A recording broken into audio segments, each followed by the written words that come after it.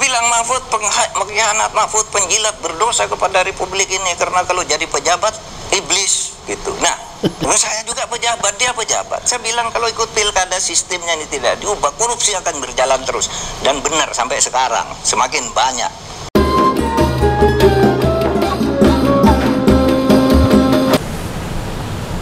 Assalamualaikum warahmatullahi wabarakatuh. Waalaikumsalam warahmatullahi wabarakatuh. Ini terkait apa, Prof? Jadi terkait wawancara Prof Mahfud dengan Kik Endi yang mengulas tentang perseteruan dengan Pak Riza Ramli. Oh, nah, ini kan ramai nih. Viral juga. Viral itu, Prof. Saya coba ya ada videonya nih. Saya setel, Prof. Kamu tiap hari ngejek Pak Jokowi, ngejek Sri Mulyani dengan hal-hal yang tidak benar. Beliau diam. Kalau saya tidak, saya lawan kamu. Saya bilang gitu.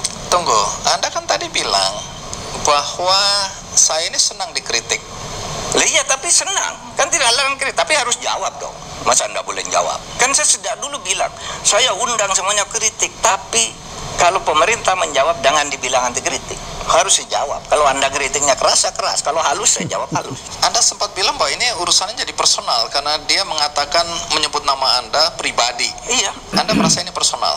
Iya dong. Dibilang Mahfud pengkhianat, Mahfud penjilat, berdosa kepada Republik ini karena kalau jadi pejabat iblis gitu. Nah, saya juga pejabat, dia pejabat. Saya bilang kalau ikut pilkada sistemnya ini tidak diubah, korupsi akan berjalan terus.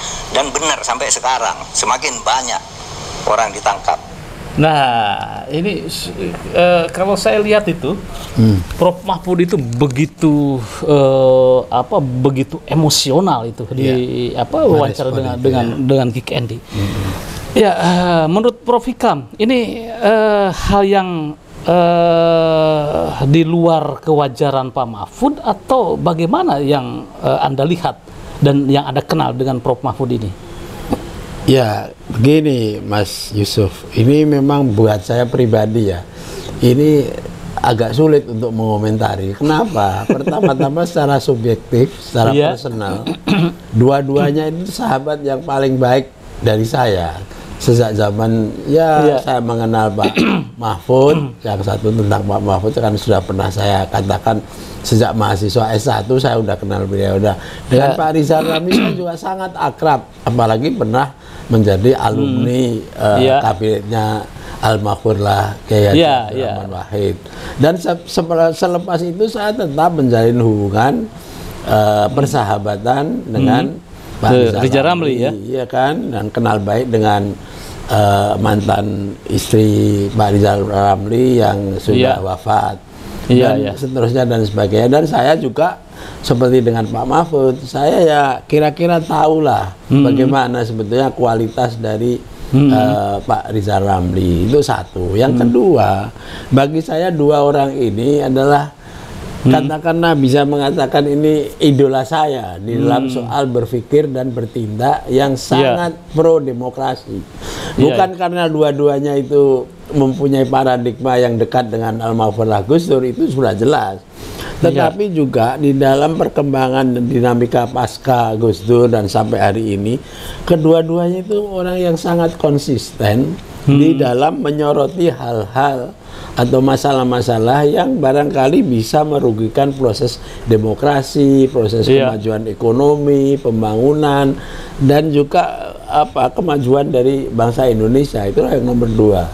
Nah, yang nomor tiga, saya kira baik Pak Mahfud maupun Pak Riza Ramli itu seharusnya justru menjadi dua benteng dari demokrasi kita. Nah, apalagi sekarang ini kita sedang bisa dikatakan kemarau calon pemimpin. Betul. Nah, itu yang membuat saya agak sulit. Tetapi ya karena Anda minta komentar saya, ya insya Allah saya komentari dengan meminta maaf kepada dua-duanya lebih dulu. Nah, ini sebentar ini Risa. ini saya sengaja wawancara dengan Prof Hikam masalah polemik Prof Mahfud dengan Pak Riza Ramli. Karena beliau ini kan bertiga ini bersahabat. Jadi komentar sahabat ini. Ya, lanjut Prof, bagaimana? Nah, gini Mas, kalau saya melihat apa yang terjadi saat ini, yaitu polemik antara beliau berdua ini, ini kayaknya bersumber pada kesalahpahaman dan apa namanya persoalan komunikasi aja. Nah, saya mau berhusnudzon aja bahwa mungkin sudah lama sekali kedua tokoh besar ini nggak ngopi tidak berkomunikasi, sementara posisi mereka berdua ini kan dalam tanda petik agak berbeda gitu ya. Yang betul. satu sebagai apa namanya pemegang posisi atau pejabat pemerintah dan pada eselon yang paling tinggi, paling tinggi. Sementara yang satunya Pak Rizal Ramli ini ada tokoh besar yang kemudian dianut oleh mereka-mereka yang berada di luar, di luar atau bahkan oposan.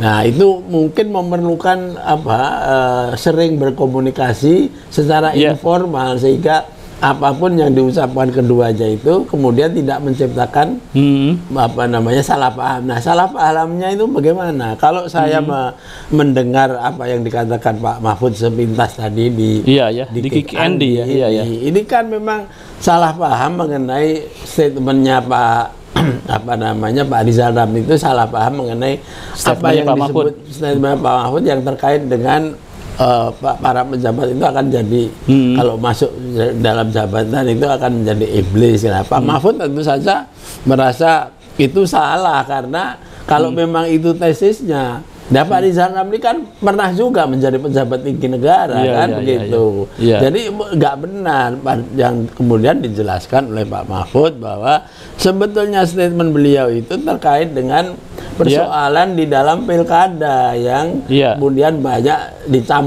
dicampuri dengan apa namanya praktek-praktek uang politik uang sehingga kemudian kualitas dari pilkada itu menunjukkan bahwa ada kemerosotan dalam kualitas sehingga banyak kemudian yang terjaring korupsi. Nah, itu yang mungkin kemudian disifati oleh Pak Mahfud secara negatif tadi itu. Nah, kemudian biasalah kemudian kadang-kadang kan lingkarannya Pak Rizal Ramli kemudian bisa saja kan mempengaruhi atau membawa distortive information sehingga kemudian yang disasar oleh Pak Rizal Ramli malah pribadinya Pak Mahfud. Jadi itulah yang menurut saya dua-duanya itu memang sangat diperlukan oleh bangsa ini, Mas.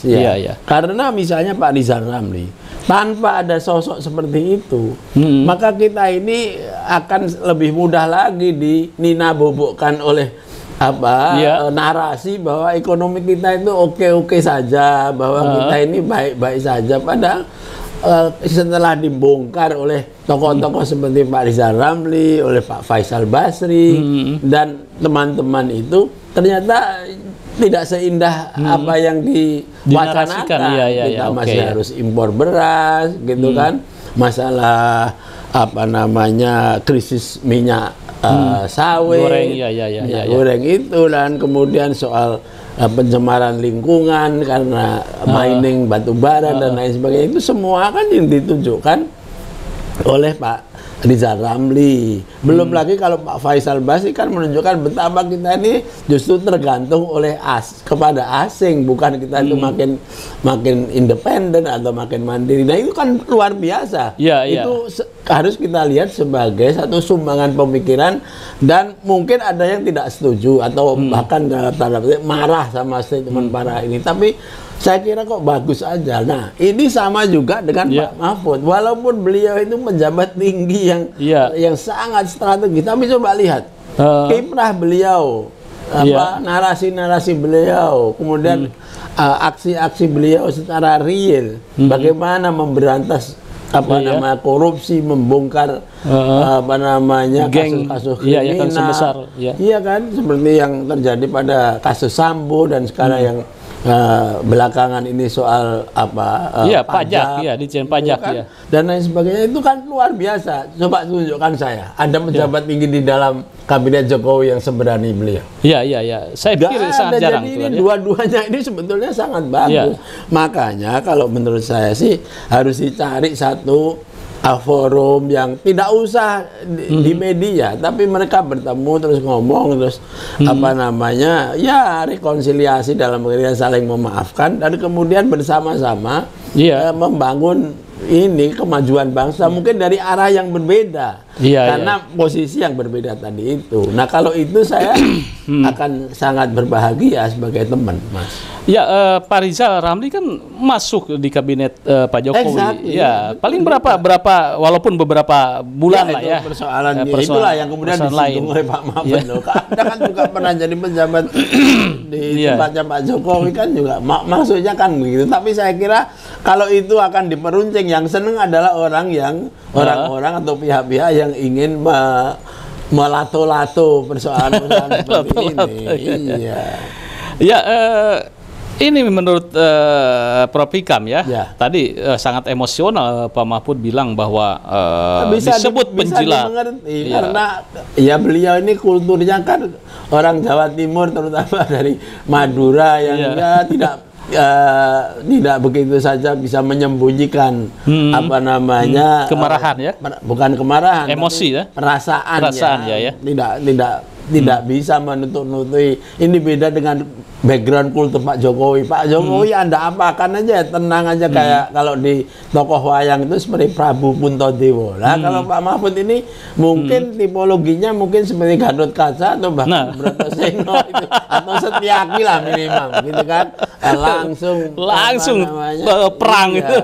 Nah, sementara Pak Rizal Ramli orangnya kan juga sudah terkenal sejak zaman dulu, aktivis, tidak pernah istilahnya mincing the word, artinya menyembunyikan kata-kata, apalagi beliau adalah orang Minang gitu. Jadi bicara ya A ya A gitu, B ya B gitu. Nah, tetapi kadang-kadang kan lepas konteks ya. Mungkin ini persoalan kontekstual di dalam public communication, dalam komunikasi. Tapi kalau saya sebagai pribadi, sebagai saksi, sebagai teman beliau berdua, saya yakin di lubuk hati mereka berdua itu sangat mencintai Indonesia dan sangat menghormati satu sama lain. Makanya sebetulnya nggak perlu diperpanjang, tapi ketemu ngopi-ngopi lagi gitu. Jangan kemudian malah lato-lato. Prof, kelihatannya kan kalau kita lihat Prof Mahfud ya, Prof Mahfud itu bagaimana memiliki komitmen dan konsisten, punya integritas ya, masalah hukum tadi Prof Hikam bilang, terus pemberantasan mafia dan sebagainya itu ya. Nah, ini kan perlu diapresiasi.